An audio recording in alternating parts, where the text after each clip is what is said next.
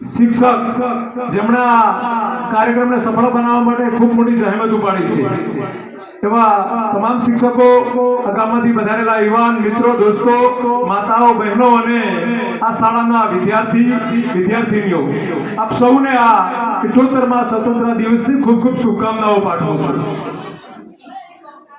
આ 78મું વર્ષ આપણને આઝાદી મળાને થયું છે, પરંતુ 78 વર્ષ પહેલાની ભારતની કલ્પના કેવી છે કદાચ એ આપણે વિચાર્યું નહીં હોય। 78 વર્ષ પૂર્વે જ્યારે ભારત દેશ આઝાદ નતો થયો ત્યારે આપણા પૂર્વજોએ કેવી કેવી યાતનાઓ વેઠી છે, એ ગુલામીના સમયમાં કેટલાય સંઘર્ષો કર્યા છે। 40 કરોડ ભારતીયો જ્યારે એક ભારતના નારાથી એકજૂટ થઈને લડ્યા ત્યારે એ અંગ્રેજો સામેની લડાઈમાં આપણે જીત્યા અને આપણો દેશ આઝાદ થયો।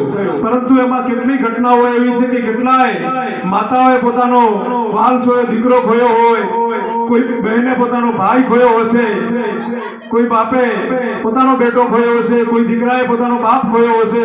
એવા કેટલાય મહાપુરુષોએ પોતાનું જીવન, પોતાની જિંદગી આ દેશ માટે સમર્પિત કરી છે।